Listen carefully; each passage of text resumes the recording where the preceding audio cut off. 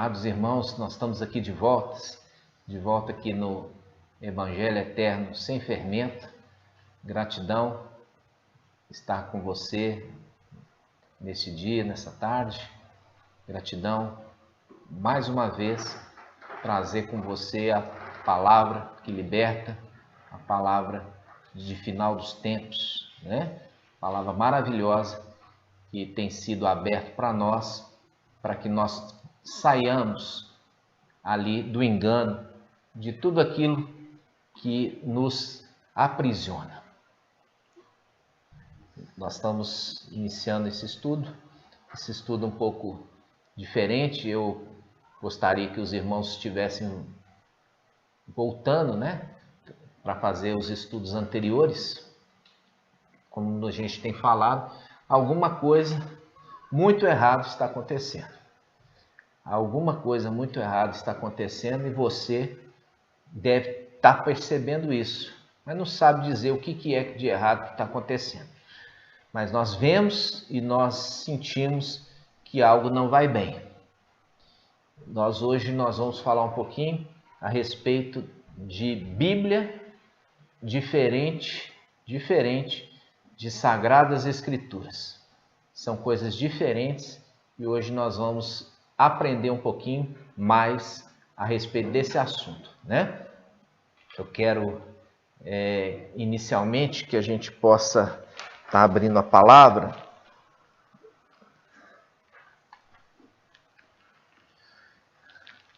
sobre a mulher, né? A respeito da mulher, essa mulher que a gente comentou no vídeo anterior, a respeito dela ter colocado fermento, né? Fermento ali no meio de 3 medidas de farinha, né? Isso nos faz um meditar. Que seria isso, né? Isso está em Lucas 13, 20 e 21. Lucas 13, 20 e 21.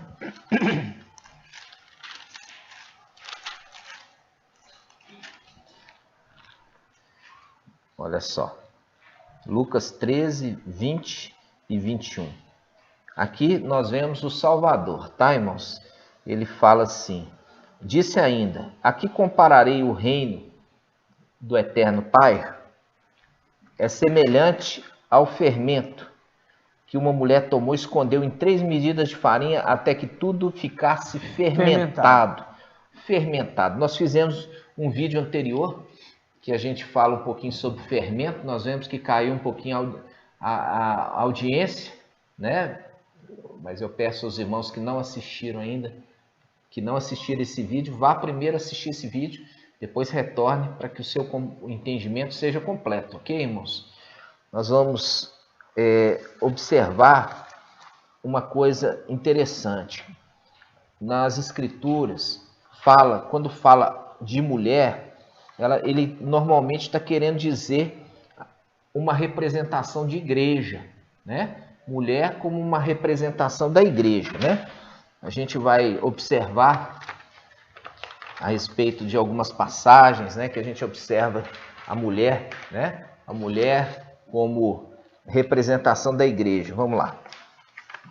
Um lugar claro, né, que a gente vê é no livro de Cantares, né? Cantares ali, aquela mulher chamada Sunamita, é uma representação da igreja. Ali você vê o Messias, ele trazendo um cântico, uma palavra de amor, demonstrando o amor e o cuidado que ele tem para com ela, né?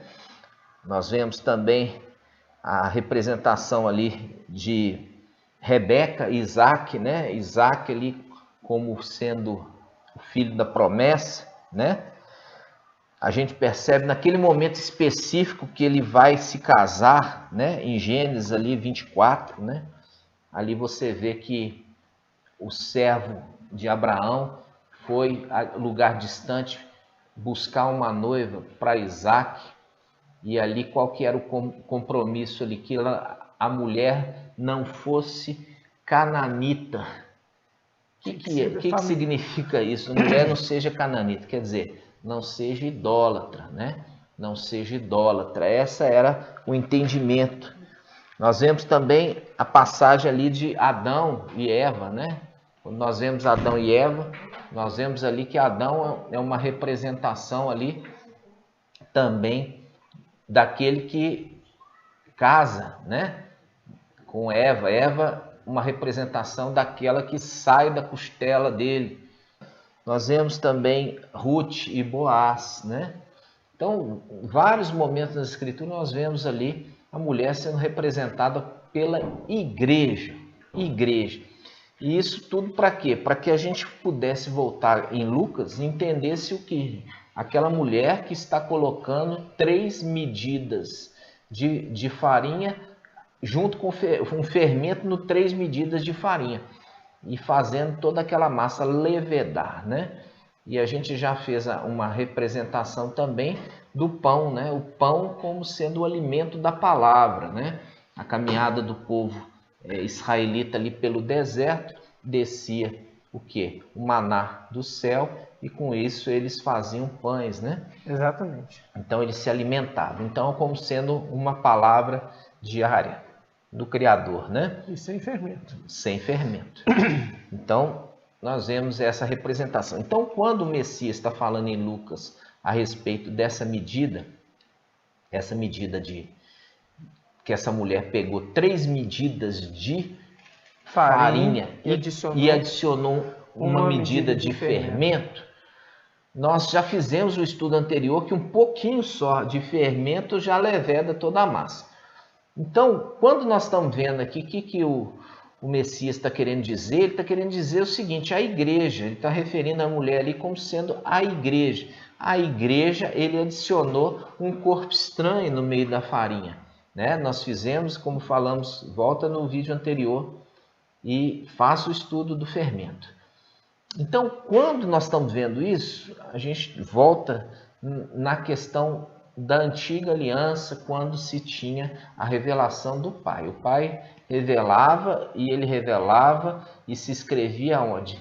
Nos pergaminhos, né? Os pergaminhos eram guardados e ali eles tinham ali o momento do estudo, né? Na sinagoga, e ali eles eram abertos, eram lidos, e ali eles eram relembrados, e aquele que iria comentar, fazer a interpretação da escritura, comentava aqueles pergaminhos, até chegar o tempo em que a igreja, né, ali representada a igreja católica, ela resolveu colocar tudo num livro, né?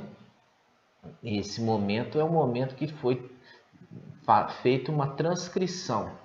Tirou-se dos pergaminhos e queria ajuntar tudo num livro único, né? Que deu-se o nome de Bíblia, né? Então, esse momento que é um momento complicado. Por quê?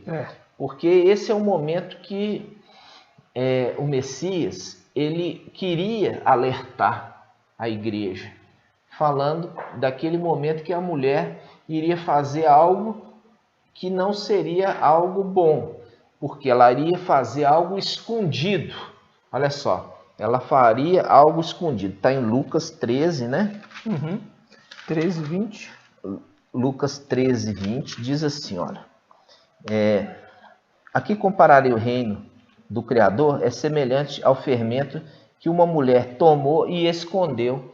Olha só, a palavra fala escondeu, escondeu. Esconder é algo que se faz em oculto, escondido, de forma escondida. Geralmente algo escondido é aquilo que é ilícito, é algo que é proibido, né? Aqui poderia simplesmente essa passagem falar assim, ela fez à vista de todo mundo, né? Colocou fermento, mas aqui não, ela colocou escondido, ocultando ali o que ela estava fazendo.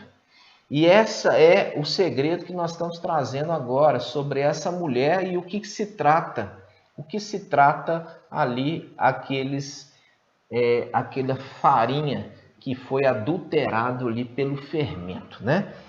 Uma das coisas que eu gostaria que a gente abrisse é em 2 Timóteo 3,16. Vamos lá.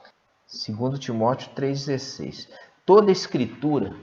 Aqui ele está falando escrituras. Não. Escritura. Ele está usando o termo no singular. Escritura. Tá? Ele está usando o termo no singular. Toda escritura.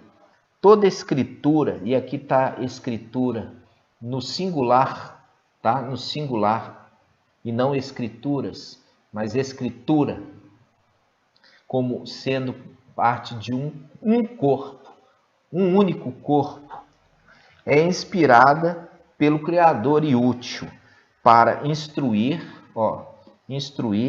para refutar. É o que nós estamos fazendo agora, nós estamos refutando algo, tá entendendo? Para refutar, para corrigir, nós estamos trazendo agora uma correção, um conserto, para educar na justiça, a fim de que o homem do Pai Criador seja perfeito, qualificado para toda boa obra, qualificado para toda boa obra. Que nós percebemos aqui algumas características importantes. Toda escritura como sendo um único corpo e não escrituras, mas sendo parte de um único corpo como escritura. Então, quando ele fala isso, ele fala assim: toda escritura é inspirada pelo Criador. Ou seja, não foi ali feito por uma ação meramente humana, mas houve o quê? Uma iniciativa do Criador em levantar alguém para que falasse por intermédio do seu Espírito. Esse é o entendimento. Partiu do Criador a iniciativa e não da pessoa, tá? Isso é muito importante. Então, aqui está falando que ela tem uma finalidade. Qual finalidade? A finalidade, né, ela é útil para instruir, para refutar, para corrigir e educar na justiça, a fim de que o homem do Criador seja perfeito. Olha só, a objetiva é se alcançar uma perfeição, né? Qualificado para servir o Criador, quer dizer, qualificado para toda boa obra, né? Então, amados, quando nós lemos aqui, fica bem claro o que é uma escritura, tá? Você percebe que, sendo de origem inspirativa do Pai, não pode se contradizer. Verdade. Se as escrituras começarem a se contradizer, significa que tem dois espíritos agindo, mas não só espírito. E aqui está falando que é inspirado pelo Criador. A palavra é inspirada pelo Criador. E se é inspirada pelo Criador, ela nunca vai se contradizer. E é isso que eu quero que você fique gravado nesse momento. Gravado nesse momento. Nós já vimos que mulher é uma representação da igreja, e você viu que ela colocou fermento no meio do que? Da farinha, e fez isso de forma oculta e escondida. E quando ela fez de forma oculta e escondida, ela fez com que as escrituras ficassem fermentadas. E com isso se tornou imprestável. Imprestável por quê? Porque ali ela adicionou algo que não é do Criador, mas algo que é humano. É os ajustes, é as colocações ali humanas. E as colocações humanas, elas corrompem a palavra do Criador, ok? Verdade. Então, quando nós vemos isso, nós vemos que a Igreja Católica, ela, durante a compilação dos livros, ela adicionou muitos livros posteriormente. Posteriormente. Não foi naquele momento. Ela pegou e adicionou livros 500, até mais tempo depois, escrito posteriormente, e ainda deu títulos. Por exemplo, Sabedoria de Salomão. A Sabedoria de Salomão que está na Bíblia Católica, ela não foi escrita por Salomão, entendeu? Mas se usou a fama de Salomão para nomear aquele livro. Por quê? Porque usando esse título, é um título forte. Com isso, ela trouxe ensinos ali, né? Ela trouxe ensinos e com isso ela capturou a atenção de pessoas para esse ensinamento. Isso aqui é uma adição, isso é uma complementação de algo que não foi inspirado, não foi ali iniciativa do Criador e foi adquirido ali a fama de um personagem bíblico para o quê? Para nomear aquele livro, entendeu? Você já tem outros que estão ali, que foram escritos por Salomão, por exemplo, um livro ali de Salomão, Eclesiastes, e depois você vê um outro livro chamado Eclesiástico, né? Você percebe que tem alguma coisa errada. Por quê? Porque para que colocar dois nomes iguais, mudando detalhes, um Eclesiastes, outro Eclesiástico? Esse é outro livro também que foi adicionado muito posteriormente, que não era ali da coletânea daquilo que era da época que seria escrito, né? A antiga aliança. Dos pergaminhos, né? Dos pergaminhos. Então, o que acontece? Nós vemos ali Lutero, que era um padre, né? Ele procurou fazer um conserto ali na Igreja Católica, né? Ele procurou retirar aqueles livros que ele via que eram livros que não tinham inspiração do Pai Eterno. Aí o que fizeram com ele? Aí fizeram, ao invés de tirar os livros, tiraram ele, né? Tiraram ele. E com isso ele foi e buscou os seus, que ele fez uma defesa de fé, e com isso ele manteve e fez uma publicação ali de uma Bíblia sem esses livros, que notoriamente eram livros adicionados, né? Então ele já fez um livro. Só que quando nós vemos isso sobre as eras da igreja, quando chega ali nessa era, nós vemos que as últimas obras dele foram melhores que a primeira, né? Como anjo, sendo o anjo ali da igreja de Tiatira.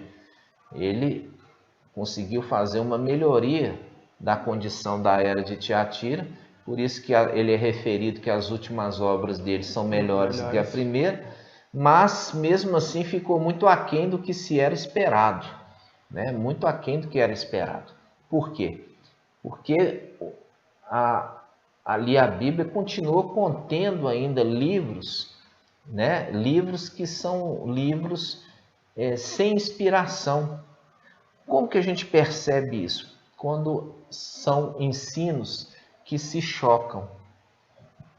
Numa parte nós vemos que fala uma coisa e na outra ensina de forma diferente. Aí a gente percebe que vai contra a palavra ali de Paulo, que diz que toda a escritura é divinamente inspirada e útil, né? Ela é divinamente inspirada. Escritura inspirada.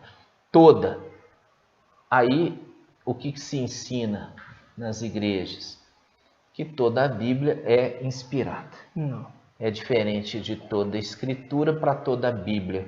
E ali faz o quê? A conexão com aquela mulher. Aquela mulher que adicionou fermento na farinha e fez isso de forma escondida. E um dos exemplos que a gente vê isso, a gente vê no Evangelho. Vamos abrir o Evangelho. Eu quero primeiro abrir, antes do Evangelho, vamos abrir 1 Coríntios 15, versículo 1. 1 Coríntios 15, 1. Diz assim: Lembro-vos, irmãos, o Evangelho que vos anunciei. Aqui, primeiramente, ele fala o Evangelho. Ele não fala os evangelhos. Ele fala um Evangelho.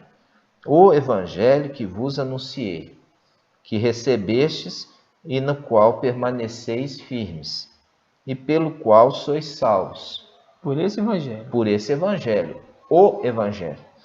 se o guardais como vos anunciei. Ó, se vos guardais nele como eu vos anunciei. Do outro modo, terias acreditado em vão. Aí ele fala assim, versículo 3. Transmiti-vos, em primeiro lugar, aquilo que eu mesmo recebi. O Messias morreu por nossos pecados. Aqui ele fala, segundo as Escrituras. Ó, aqui já teve uma corrupção. Escrituras não, Escritura. Segundo a Escritura. Foi sepultado, ressuscitou ao terceiro dia. Segundo a Escritura. Apareceu a Cafas, ou Cefas, ou Pedro. E depois aos 12. Olha só. Apareceu a Cefas, ou Cafas, ou Pedro. E depois aos 12. Ele fala, foi sepultado, ressuscitou ao terceiro dia, segundo as Escrituras, e apareceu a Pedro. E depois aos 12. Em seguida apareceu a mais de 500 irmãos de uma vez. Aqui já é a narrativa em Atos dos Apóstolos. Em Atos dos Apóstolos, na sua ascensão.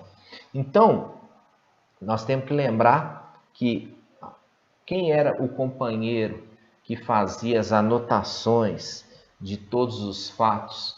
Era Lucas, era companheiro de Paulo. Lucas, ele fez um trabalho árduo, minucioso, de fazer um relato daquilo que aconteceu, e ele registrou isso até mesmo no início, no prefácio. Olha só o prefácio de Lucas, olha. O prefácio de Lucas diz assim. Lucas capítulo 1 diz assim: visto que muitos já tentaram compor uma narração, olha aí, ó, dos fatos que se cumpriram entre nós, né? Conforme nos transmitiram os que, desde o princípio, foram testemunhas oculares e ministros da palavra. A mim também pareceu conveniente, após acurada investigação de tudo, desde o princípio, escrever de modo ordenado, quer dizer, em ordem dos fatos. Ilustre Teófilo, para que verifiques a solidez dos ensinamentos que recebeste. Então, aqui você percebe que ele está falando assim, olha, foi feita uma tentativa por outros de fazer uma narrativa, mas eles se frustraram, não ficou boa. E aqui foi necessário, então, eu estar fazendo uma curada investigação e narrar-se de forma ordenada, quer dizer, diante dos fatos passo a passo, para que você pudesse entender de forma sólida, Teófilo, todo o que Paulo tem te ensinado. Então, quando nós vemos isso, nós estamos vendo essa passagem, o que acontece? Nós vamos ver uma coisa que nos incomoda.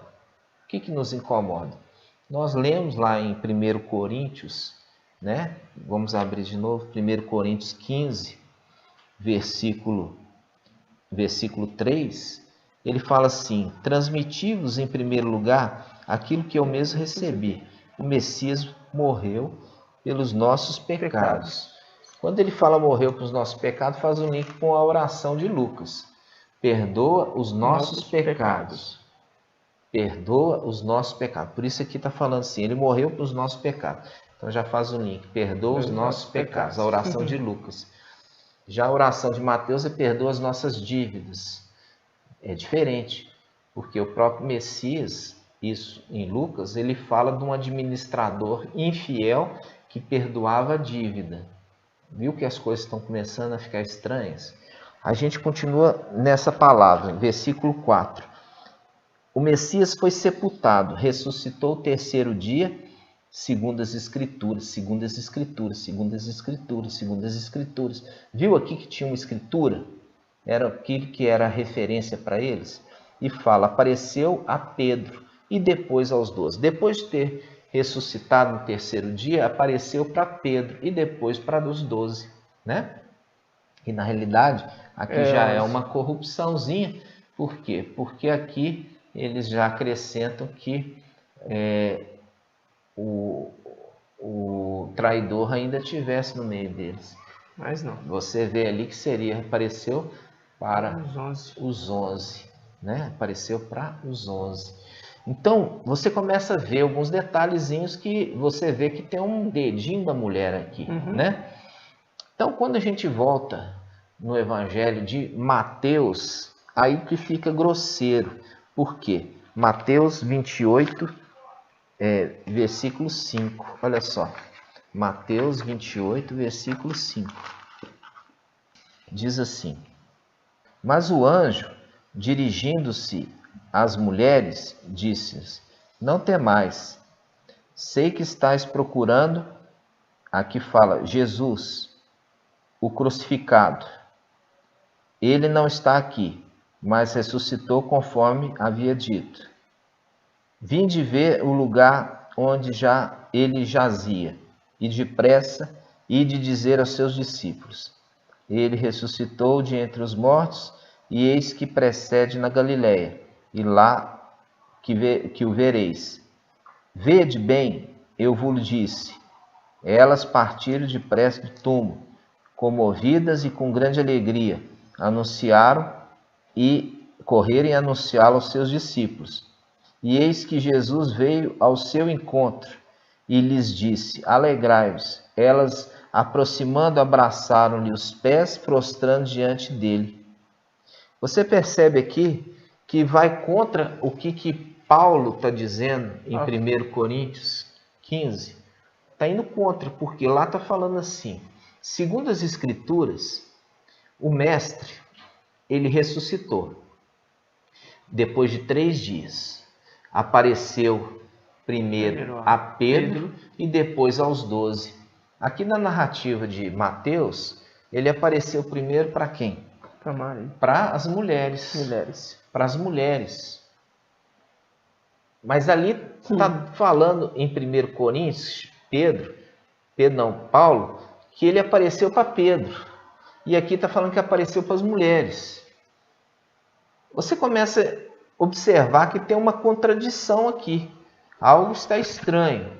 Não está batendo. Não poderia contradizer assim, não poderia, já que Paulo falando que a Escritura... Que a Escritura tem que aparecer primeiro para Pedro, então aqui apareceu primeiro para as mulheres. Espera lá, começa...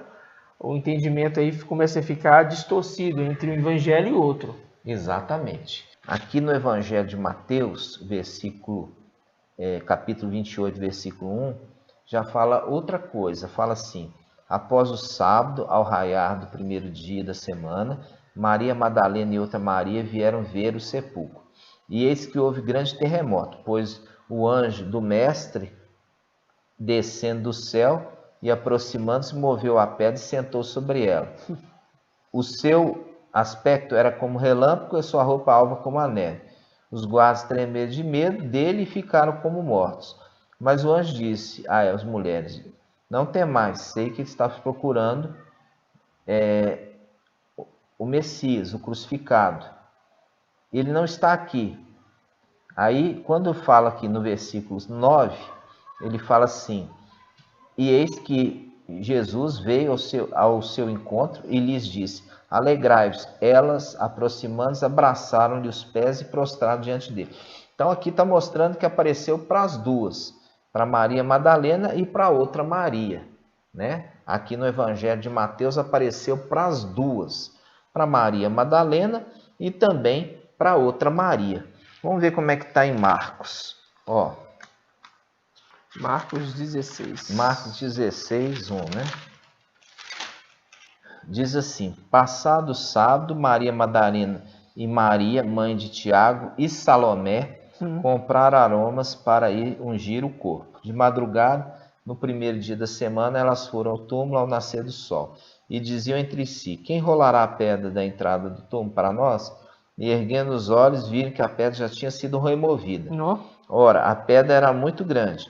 Tendo entrado no túmulo, elas viram um jovem sentado à direita, vestido com a túnica branca, e ficaram cheias de espanto. Ele, porém, lhes disse: Que não vos espanteis, procurai Jesus de Nazaré, o crucificado, ressuscitou, não está aqui. Vede o lugar onde puseram, mas ide dizer aos seus discípulos e a Pedro que ele vos precede na Galiléia. Lá o vereis, como vos tinha dito. Elas saíram e fugiram do túmulo, pois o temor e um estupor se apossaram delas. E nada contaram a ninguém, pois tinha medo. Ora, tendo ressuscitado de madrugada, no primeiro dia da semana, ela apareceu primeiro a Maria Magdala, de quem havia expulsado 7 demônios, e foi anunciá-lo também que havia estado na companhia dele, e que estavam aflitos e choravam. Eles, ouvindo que ele estava vivo e que fora visto por ela, não creram. Então aqui já está falando diferente. No Evangelho de Mateus está falando que apareceu para Maria e para Maria Madalena no mesmo instante. Aqui já está falando que apareceu só para Maria Madalena, né? Que é o link com 1 Coríntios, está dizendo o quê? Está dizendo assim, segundo as Escrituras, o mestre apareceu primeiro para quem? Pedro. Para Pedro e depois para os 11. Aqui está falando... E depois dos 500. Exatamente. Então, depois dos 500. Então, quando nós estamos vendo aqui, primeiro, a referência é para aqueles que... aquele que ele apareceu primeiro foi para Pedro. O interessante é que o apóstolo Paulo ele já entendia isso, sabendo que já estavam se fazendo, né, outras narrativas relacionadas a esses fatos, então ele já orientou. Porque o evangelho que vocês têm que seguir é o evangelho que fala que apareceu primeiro a Pedro, porque ele sabia que outras pessoas já estavam falando que apareceu primeiro a Maria, apareceu primeiro a Maria Madalena, já estava tendo uma corrupção ali. Está tendo uma corrupção e a gente entende essa corrupção. Já Paulo já estava alertando a igreja a respeito disso. E está falando assim, olha, permaneça no evangelho. Não é 3 evangelhos, nem 4 evangelhos. É no evangelho, um singular. Exatamente. E é nele que vocês creram desde o início. Por quê?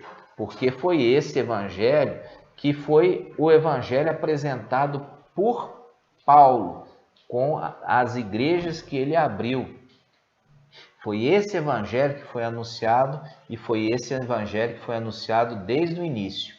Quando nós vemos esse evangelho, irmãos, nós vemos um evangelho que nós vemos o Messias como sendo um homem, né? O Messias um homem e não o Messias um Deus.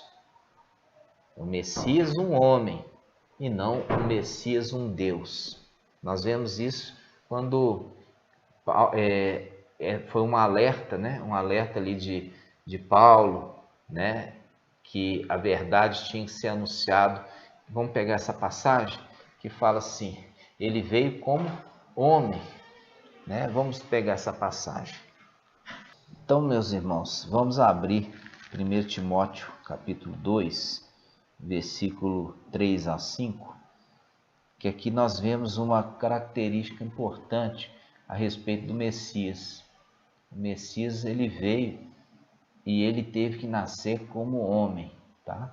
E fala assim, eis o que é bom e aceitável diante do nosso Pai, nosso Redentor, que quer que todos os homens sejam salvos e cheguem ao conhecimento da verdade. Pois há um só Criador e um só mediador entre o Criador e os homens, que é o Messias Salvador. Então, quando a gente está vendo isso aqui, irmãos, ele fala um homem, o Messias Salvador que se deu em resgate por todos. Ele está falando que é um homem e é necessário que todos cheguem ao pleno conhecimento da verdade, que ele veio como homem. Nós vemos isso também nas cartas ali de João, né? Que ele fala que estava vindo aqueles que diziam que ele não veio como carne humana. Ele veio ali como sendo um todo-poderoso, né?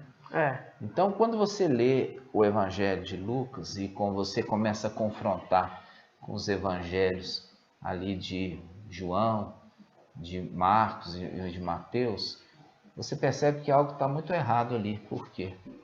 Porque nós está confrontando. Você vai ver que um está contradizendo o outro. Um está contradizendo o outro. E é necessário a gente chegar no quê? A gente tem que chegar no que é verdadeiro. Qual é o verdadeiro, né? Qual é aquele que nós devemos seguir? Porque se nós formos seguir um pouquinho de cada um, a gente vai ficar com um pensamento confuso. Por quê? Porque ele apareceu primeiro para Madalena, ele apareceu primeiro para Pedro, aí começa a falar da parábola. Você pega no Evangelho de Lucas a parábola das 10 minas. Você já pega no Evangelho de Mateus a parábola dos talentos. A parábola das 10 minas deu uma mina para cada um. Na parábola dos talentos já deu um para um, 3 para o outro, 5 para outro, conforme a capacidade de cada um, de forma injusta. Quer dizer, deu de forma diferente. E o de Lucas deu um para cada um. Peraí, tem alguma coisa errada. Se toda a escritura é inspirada pelo Espírito, ela não pode se contradizer dessa forma. Ela não pode se contradizer. E se está se contradizendo, está se cumprindo aquilo que o Messias está falando lá a respeito da mulher que pegou 3 medidas de farinha e colocou fermento. E quando ela colocou fermento, ela fez a massa ficar imprópria para o consumo. Ficou imprópria para consumo. Nós vemos aqui 2 Messias. Você vai ver na genealogia de Mateus, a genealogia de Mateus, Jesus, Emanuel, ele é o quê? Ele é descendente de quem? De Salomão, filho de Davi. E quando você pega, no caso, o Messias de Lucas, ele é descendente, filho de Natã, filho de Davi. Ou seja, Natã era irmão de Salomão. Natã era irmão de Salomão. Então, no Evangelho de Mateus, fala que Jesus é filho, descendente de Salomão. No de Lucas, fala que o Messias é filho de Natã, filho de Davi, que não tem nada a ver com Salomão. Então, você vê que são 2 genealogias diferentes, e isso traz o quê? Um problema seríssimo. E tem gente que fala assim, porque não está contando a genealogia de José. Uma está contando de José, o outro está contando a genealogia de Maria. Nunca se conta a genealogia de mulher. Nunca se conta a genealogia de mulher. E se você for analisar em Lucas, fala assim, a prima de Maria, ela chamava Isabel. A palavra fala, Isabel, ela era parente de Maria. Se ela era parente de Maria, ela era da mesma tribo. Tanto que você vê que elas eram parentes próximas. Por quê? Porque era parente, provavelmente, numa condição ali de primas. E se elas são primas, e você pega aqui, Isabel, ela era da descendência de Arão, tanto por pai quanto por mãe. Isabel era descendência, você vê ali, descendência, né? Isabel era descendência de Arão. E se ela era descendência de Arão e ela era parente de Maria, ela não podia ser Maria não podia ser da tribo de Judá. Então a narrativa ali não seria a narrativa de um está falando da genealogia de Maria e a outra está falando de José. Não, porque a palavra portuguesa é claro, e ali está referindo José, filho, pai de Jesus em um, e o outro está falando José, pai do Messias, no outro. Exato. Você começa a ver, confrontando nisso, que cai naquela palavra lá, que foi uma preocupação de quem? Uma preocupação de Paulo, porque eles estavam adicionando outros evangelhos. E isso fez com que ele escrevesse aquela carta falando assim: olha, a escritura que vocês receberam, vocês se mantenham nela. Não dê crédito em outras mensagens, em outros fatos. Por quê? Porque estão colocando outras narrativas que não existiram. E essa de Mateus com a genealogia de Jesus ser totalmente diferente com a genealogia de Lucas, isso é algo gravíssimo. E a gente vê isso inclusive no quê? Nos pastores. Porque os pastores falam assim: eu não perco tempo em genealogia não. Mas devia gastar tempo, não perder, gastar tempo. Para você chocar as duas e falar assim: algo muito errado está acontecendo. Você percebe algo muito errado acontecendo quando você começa a confrontar e você vê que em 2 Timóteo 3,16 fala assim: toda escritura é inspirada. Ela é inspirada pelo Espírito do Criador. Se ela é inspirada, ou tem dois espíritos agindo, entendeu? E a gente sabe que só tem um espírito do Criador, o outro é o espírito do Antimachia, que já está na Terra já há muito tempo. E o que acontece isso?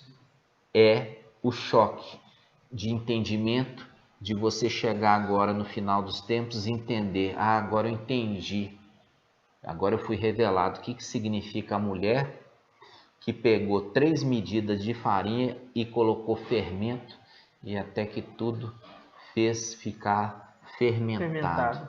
Ou seja, o único evangelho verdadeiro é o evangelho de Lucas.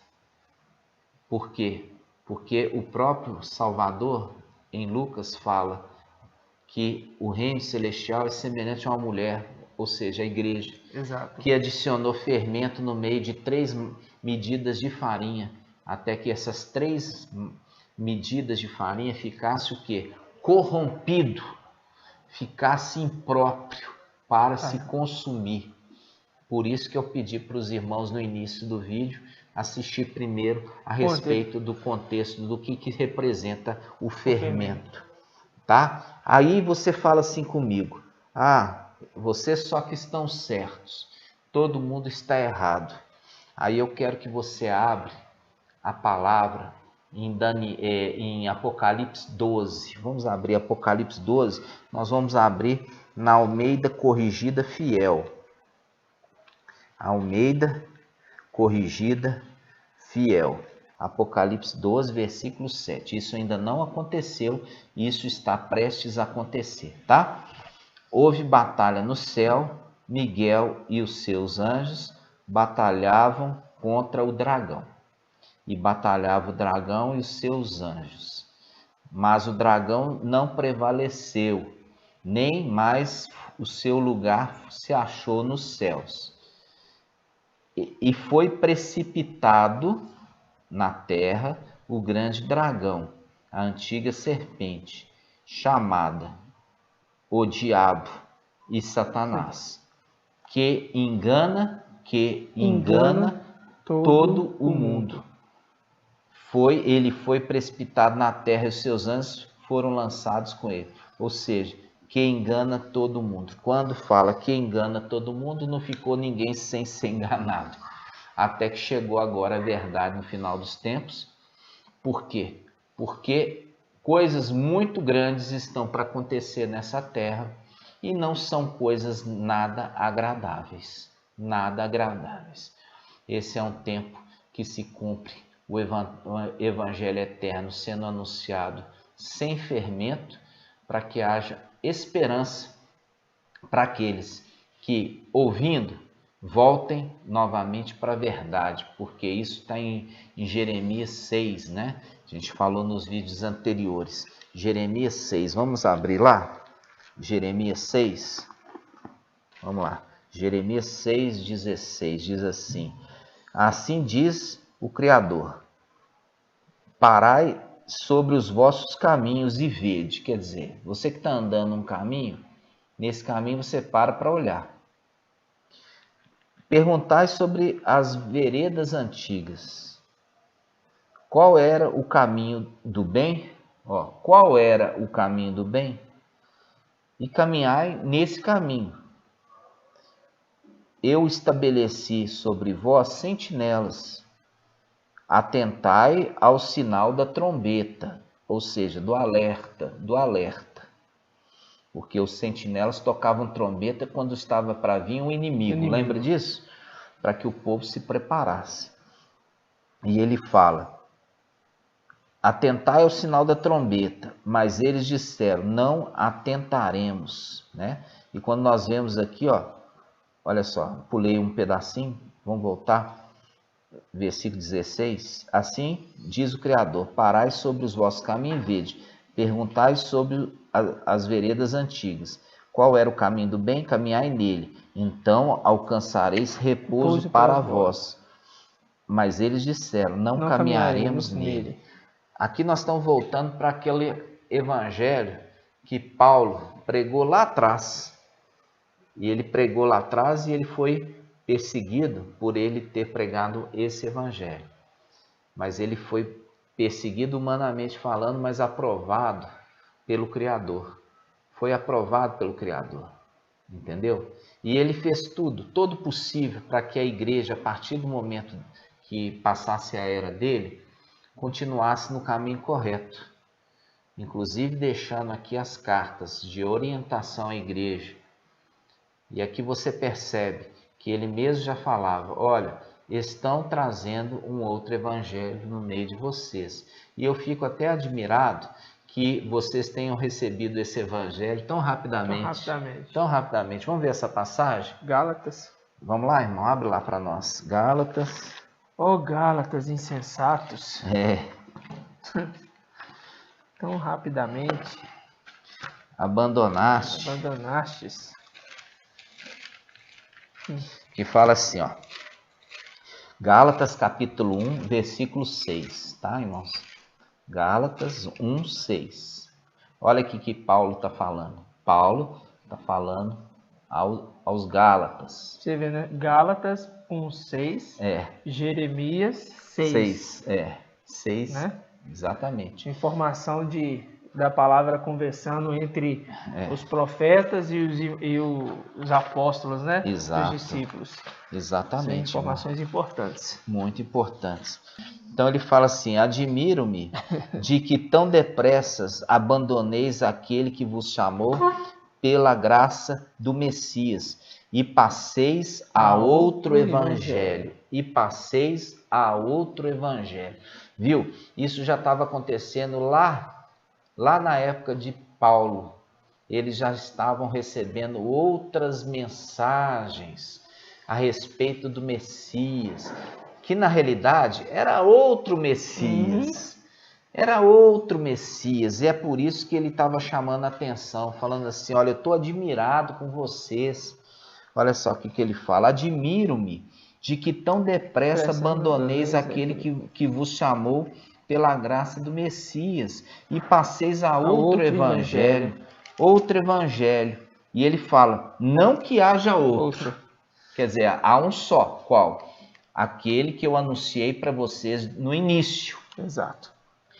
Mas há alguns que vos estão perturbando e querendo corromper o evangelho do Mestre. Isso lá na época de Paulo, na época. Isso estava acontecendo lá. E ele fala aqui no versículo 8, entretanto, se alguém vos anunciar um evangelho diferente do que vos anunciamos, seja anátema. É o que acontece hoje. Já foi introduzido outros evangelhos na Bíblia. E por isso que eles se contradizem no ensino, eles se contradizem na genealogia, eles se contradizem nos fatos, eles se contradizem nisto, mostrando claramente que é um outro evangelho. Só para você ter um exemplo.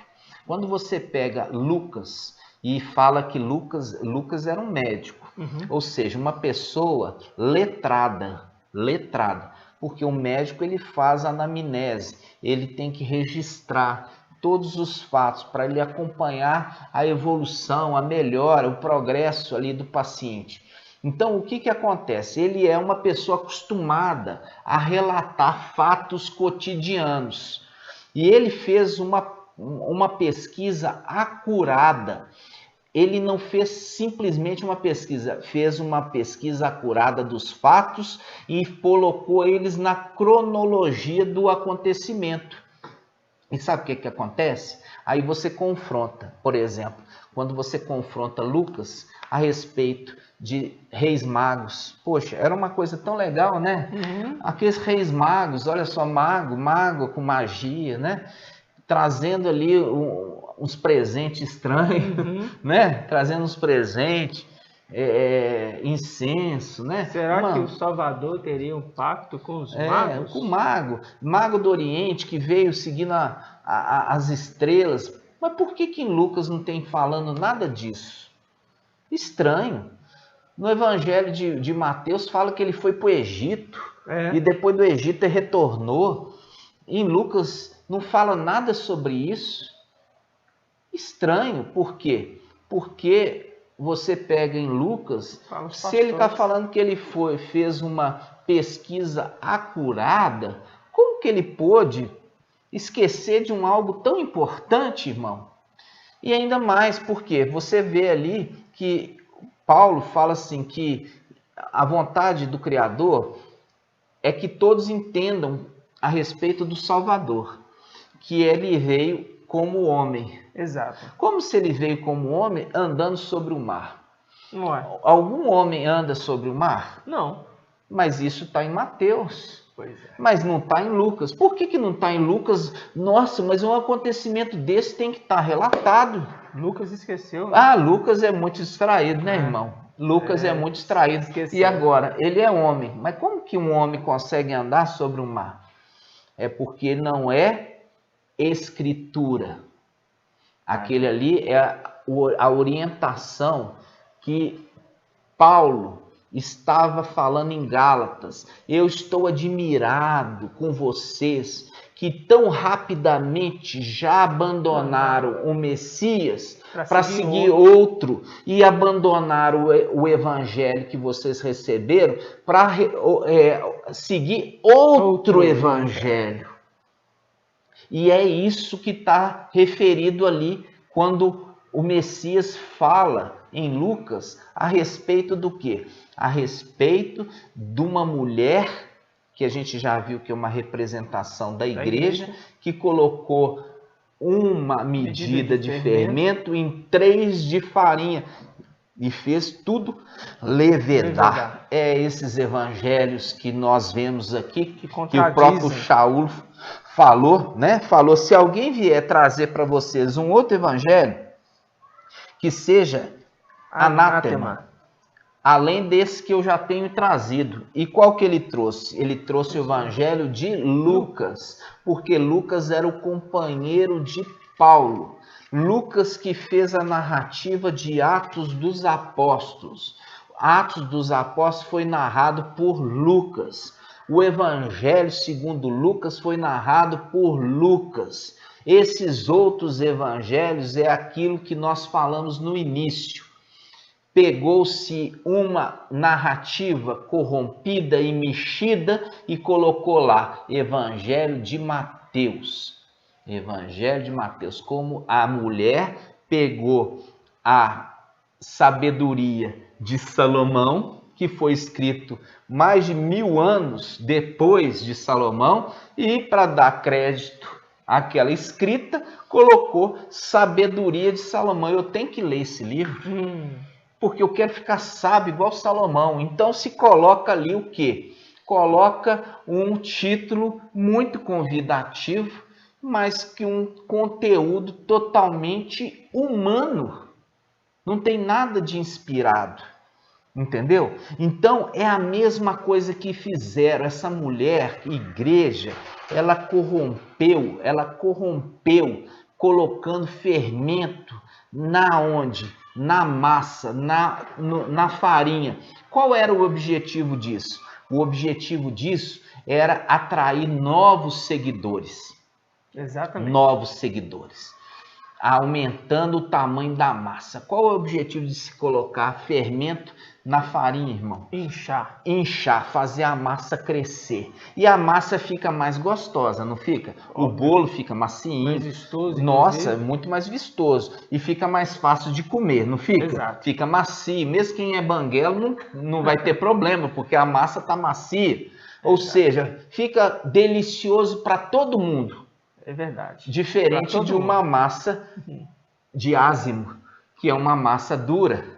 É uma massa tostada, torrada, precisa de dente para triturar, né, irmão? E nem cresce o pão, né? Nem cresce, é feio a aparência. Então é isso, meu irmão, que é o objetivo hoje do ensino, para mostrar para você que aquela mulher, esta mulher é a igreja que fez essa corrupção, para que ela crescesse, para que ela aumentasse o seu poderio, para que ela aumentasse o seu domínio, ela modificou as escrituras a seu bel prazer. Exato. Porque dessa forma, quando eu estou falando ali de um Messias descendente de Salomão, tem um peso. Um peso muito diferente de um que é de um desconhecido Natã. Né? Não é Natã? Você já ouviu falar de Natã? Alguém aqui conhece Natã? Agora Salomão. Mas Salomão é o homem mais sábio, mais rico. Olha, nossa, tem um homem mais rico, irmão. Posse, riqueza, dinheiro. Todo mundo quer o quê? Quer o evangelho aqui de Mateus, porque está falando de dinheiro, está falando de riqueza, vai ficar sábio, vai ficar muito milionário. No entanto, é o quê? É o evangelho anátema, maldiçoado, porque foi todo corrompido. Corrompido. Olha para você ver que coisa linda, andando sobre as águas do mar. Como que um homem, né, que trouxe a mensagem, inclusive, foi morto. Ele foi morto e saiu sangue, né? Foi morto e saiu sangue, morreu. Como que um homem que saiu sangue, morreu, andando sobre o mar? Isso aí é negar que ele é homem. Não, e ainda falando para Pedro, vem andar, e Pedro começou a andar também em cima. Começou a andar também. Né? Ou seja, como um homem, ele não tem que dar satisfação para as leis da natureza, não é mesmo? Então, amados irmãos, tudo isso pode ser chocante para você que está ouvindo agora pela primeira vez, mas tudo vai fazer sentido em breve. Exato. Tudo vai fazer sentido em breve. E aqui nós lemos em Jeremias 6,16, que está falando assim, fazendo um convite, e ele fala, o Criador fala, eu coloquei sentinelas, para que esses sentinelas alertem vocês a respeito do perigo que está por vir. Mas eles disseram, não queremos andar nesses caminhos, não queremos dar ouvido a esses sentinelas. Eu espero que essa mensagem está alcançando alguém que tem compromisso com a verdade, e é esse que quer conserto que vai alcançar descanso para a própria alma. Verdade. Isso é a nossa vontade, o nosso desejo. Eu quero que você assista, né, o vídeo 1 aqui do canal, né? Você que está chegando agora, já pegando direto nessa passagem, pode ser até chocante para você. Eu quero que você pegue o vídeo 1. Eu quero que você assista também o vídeo 2, que é a respeito das riquezas que são prometidas, né? Você vai ver ali que fala assim, hoje as denominações prometem o quê? Riqueza. E aí a gente vê a tentação do Messias por quem? Por Satanás. E Satanás fala assim: eu te darei os reinos desse mundo e toda riqueza. Te darei os reinos e toda riqueza, todos os reinos. Se prostrar e me adorar. Esse aí sim é de Salomão. Esse aí sim é filho de Salomão. Com certeza. E o que eles estão aqui? Ó? Eles estão se prostrando e adorando para receber essas riquezas. Então, muito cuidado, tá, irmãos? Então, como nós vimos aqui, eu quero que você volte, assiste várias vezes, inclusive a respeito ali de 1 Coríntios 15, que está falando ali a dica de Paulo. Fala assim: se o evangelho disser, né, que Yahshua Mashiach, que é o Salvador, esse é o nome, mas a gente fala Messias, para não chocar você, mas no hebraico é assim, tá? Mas o Messias, se você ouvir o nome dele e você ouvir que ele ressuscitou no terceiro dia, ele apareceu primeiro para Pedro e depois para os 11, esse é o evangelho verdadeiro. Esse é o evangelho. Já é a dica do Paulo. Bem simples. É bem simples. É bem simples. Porque se outro evangelho fala de forma diferente, logo eu não tenho que seguir. Exatamente. Então essa é a mensagem. Essa é a mensagem e eu quero te ajudar. Eu quero trazer o esclarecimento para você nesse tempo, porque aquilo que eu já perguntei para você no início, você percebeu que algo errado, muito errado, está acontecendo? Se a sua resposta foi sim, esse canal é para você. Exatamente. Você é nosso convidado. Nós vamos fazer uma oração agora final, tá? E eu te convido a orar conosco, que a bênção do Pai, o Supremo Pai, Pai Eterno, alcance sua vida, alcance sua família, traga luz, traga bênçãos e traga a libertação de todo engano. Pai Eterno, gratidão por tudo, gratidão pelo Salvador, que tem trazido no final dos tempos um conserto nesse tempo de trevas que estamos vivendo. Trevas tão densas, quase dá para ser tocadas. Mas sei que a tua luz dissipa todas as trevas, porque ela predomina sobre as trevas. E eu peço que abençoe, cuida, liberta cada irmão e irmã que está ouvindo essa mensagem, que seja uma mensagem de cura, de restauração e de libertação. Sim, Pai. Libertação de todo engano e de toda mentira. E é isso que nós esperamos, papai. Abençoa com saúde, saúde física, saúde mental e saúde espiritual. Sim, a Pai. Todos os que nos ouvem, a todos aqueles que nos acompanham, sejam ricamente abençoados no nome do Messias, único e verdadeiro. E assim seja. E assim seja. Gratidão, amados irmãos, pela audiência, e eu te convido a você assistir também os vídeos anteriores, ok? E estaremos juntos aqui no próximo vídeo. E esforce, não fique achando que as coisas desta terra, deste mundo, é aquilo que realmente alegra e edifica, que isso é uma grande ilusão. Uma grande ilusão. Até a próxima, amados irmãos. Até a próxima, meus irmãos. Um grande abraço. Um abraço para todos. Até lá.